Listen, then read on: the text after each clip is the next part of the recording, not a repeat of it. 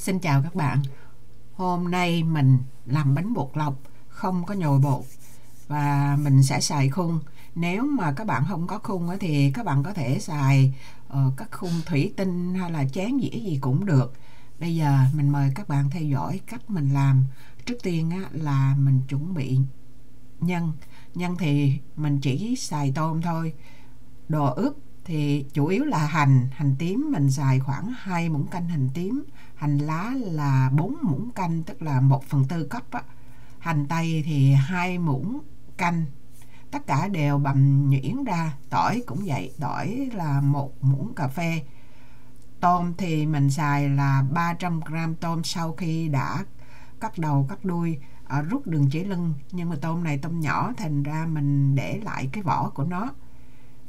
Số hành tỏi mà mình có hồi nãy bây giờ mình bỏ vô một nửa để mình ướp.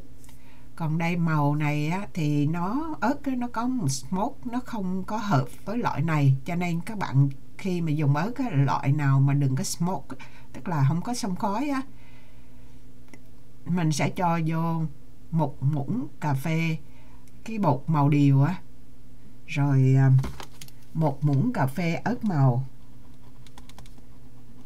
nửa muỗng cà phê muối bột, bột nêm là bột nấm thì mình cũng bỏ vô nửa muỗng cà phê. Tiêu cũng nửa muỗng cà phê.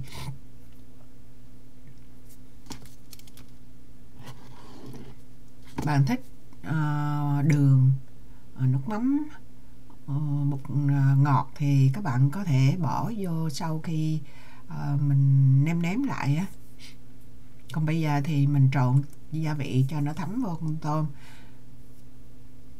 Bắt chảo lên bếp cho cỡ 2 muỗng canh dầu ăn, dầu nóng lên thì mình sẽ bỏ hành tỏi còn lại. Hồi nãy mình làm nữa, còn lại nữa bây giờ mình bỏ vô hết tất cả, mình phi cho nó thơm lên.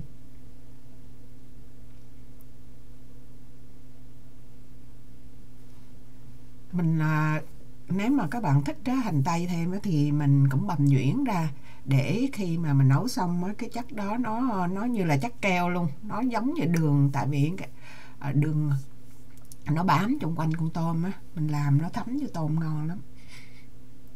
Lửa cao thành ra mình phải khuấy cho lẹ, không thôi nó bị xít ở dưới rồi để lâu thì ra nước. Còn mình làm đây chủ yếu là cho nó cái mùi thơm nó, rồi cái vỏ nó giòn ở trong thì nó còn ngọt, cho nên mình làm lẹ. Ở đây là bạn có thể nêm lại theo khẩu vị của các bạn nha. Nếu mà nêm mặn thì mình ăn bánh mình không cần chấm, mà nêm lạc thì bánh mình sẽ chấm nước mắm mặn, đó là tùy các bạn. Hành lá mình cho vô một nửa, mình để một nửa, lát mình làm dầu hành. Bây giờ mình thấy hình như là thiếu tiêu mình rắc thêm tiêu bột vô. Đó, như vậy là xong. Mình sẽ để cái này qua một bên rồi mình chuẩn bị làm bột vỏ. Thực ra làm bột thì mình lấy mình làm bột tàng mì mình làm, nhưng mà kết quả nó ra nó xấu quá. Tại vì bột tàng mì nó đục với là bánh nó không có dai bằng, thành ra mình phải làm lại bằng bột năng để mình làm công thức cho các bạn. Thì thật ra mình làm 200 bột này 200 bột kia, nhưng mà mình sẽ cho công thức các bạn hoàn toàn là bột năng. 400g bột năng là một cái bịch đó, mình cho vô là 1 bột thì 2 nước, mình cho vô 800g nước. Nhưng mà các bạn nếu mà bánh muốn hơi dai hơn thì bớt nước lại chút. Đó, mình xài cái loại bột năng như vậy. Mình cho vô nửa muỗng cà phê muối. Còn dầu ăn thì cho vô cỡ 1 muỗng canh. Rồi chỉ có vậy thì mình khuấy lên, rồi mình nước cái này thì mình cần nước ấm để cho mình đổ nó dễ hơn. Khi mà mình đổ nước ấm vô bột năng thì cái bột nó hơi sền sệt lại, mình đổ nó không có bị trôi, với lại nó không có bị đóng bột ở dưới chứ nếu mà nước lạnh là nó đóng bột ở dưới Cái công thức mà pha bột như vậy mình để trên màn hình thì các bạn nhìn kỹ đó. Bây giờ mình sẽ hấp bánh. cái chảo này mình làm mình bỏ cái máy mình đánh đó, nó bị trầy, thành ra bây giờ mình để mình làm như là cái sửng thôi. Mình đổ nước vô, mình dùng cái khung bằng khung kim loại này, mình lót miếng lá chuối. Mình làm như là cái bánh bột lọc gói lá chuối, mà mình làm mình không gói từng cái mà mình làm đổ nguyên cái vậy rồi mình cắt ra. Nhưng mà khi mà làm á, nó gặp trở ngại, lát mình chia sẻ các bạn, rồi các bạn có thể tùy mà chọn lựa.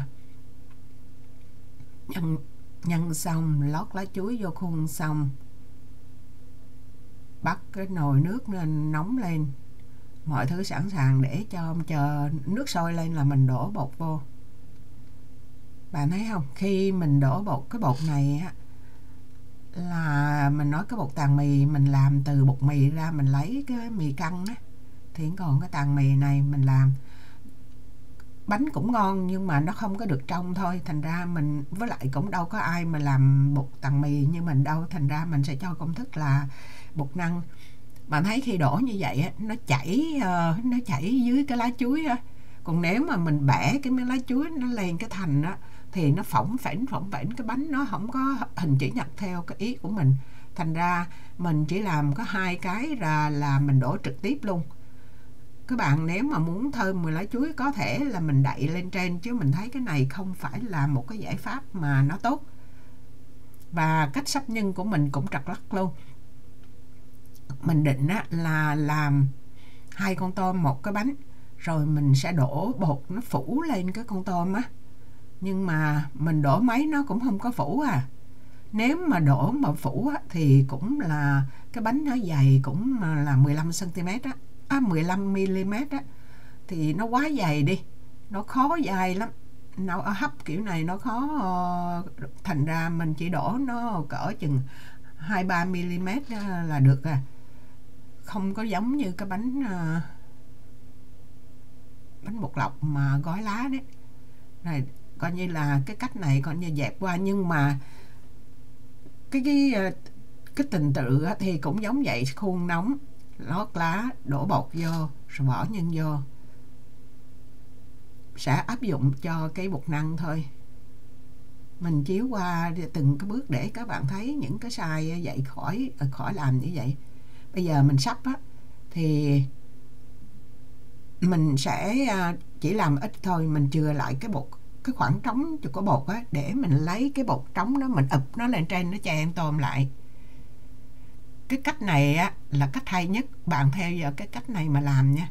Này á, bằng bột năng ha, rồi sắp á, là sắp hai bên, sắp ở giữa, 2 hàng ở giữa như vậy, rồi lát á mình lấy 2 bên cái bột mà trống á, mình ụp lên là mình cắt ra được 4 cái bánh là đều nhau. Bây giờ mình tưới lên nữa, rồi mình tưới sơ để cho nó dính tôm lại thôi. Còn lát á là mình chín rồi á thì mình sẽ cắt ra làm 4, chiều ngang làm đôi, chiều dọc làm đôi, rồi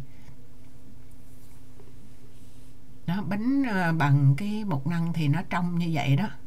Cái cách ở giữa này là tốt nhất. Còn cách này kéo từ đây qua đó quá xa đi, nó vặn vẹo cái nó dài thòn thòn ra khó lắm. Thành ra cái kiểu mà bên ta mặc á là chắn đôi ra vậy, rồi chắn đôi cái chiều nhưng mà đâu phải là các bạn người nào cũng có cái khung này. Cái này là mình nói để mình suy nghĩ một cái ý kiến để mình làm thôi, chứ các bạn có thể là dùng cái khung thủy tinh hình chữ nhật, hoặc là cách đó number 10, còn cách này với number 1, ý mình nói vậy. Thì các bạn có thể xài trên cái dĩa cũng như được. Xài dĩa thì mình thấy nó tiện hơn, tuy nó xấu hơn. Nó xấu là bởi vì nó hình tròn, dĩa đa số hình tròn, hiếm có cái dĩa hình vuông á. Thì nhưng mà dĩa được cái là mình có nhiều cái, có 10-20 cái mình đổ vô, mình khỏi phải gỡ như liên tục như cái bằng cái khung này. Khung thì có 3-4 cái là cùng,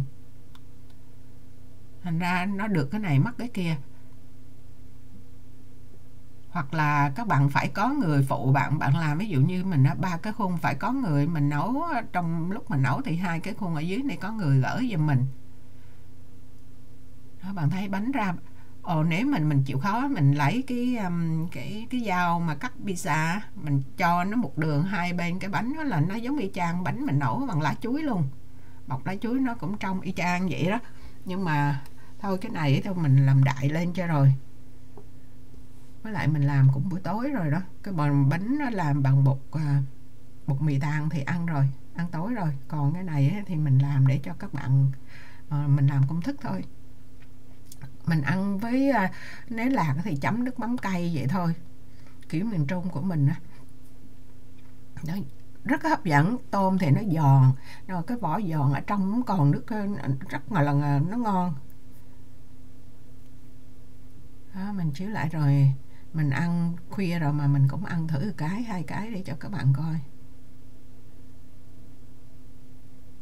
Thực ra cũng họ sắc hành á thì mình còn một nửa hành mình bỏ vô tôm hồi nãy, còn lại một nửa thì mình cho vô một muỗng canh dầu ăn á, rồi mình bỏ vô microwave chừng vài giây á là nó héo héo cái hành xuống là được. Rồi mình thấy ăn rất là ngon. Tại vì món bánh bình dân này không có cái gì cầu kỳ hết. Mình làm kiểu nào mà nó muốn đẹp thì nó vuông vức cái chữ nhật cái đâu ra cái hình thù cái đó thì nó đẹp thôi. Chứ còn muốn mua thơm mùi lá mình lót, nhưng mà khi lót lá là nó bị trở ngại lắm, mà bột nó hay bị len xuống ở phía dưới á. Còn nếu mà mình không đổ sát ở ngoài cái lề thì cái bánh méo mó. Thành ra tùy các bạn chọn lựa. Mình chia sẻ cái cách làm của mình tới đây là xong. Cảm ơn các bạn đã theo dõi. Hẹn gặp lại các bạn trong những video kế tiếp. Bye bye.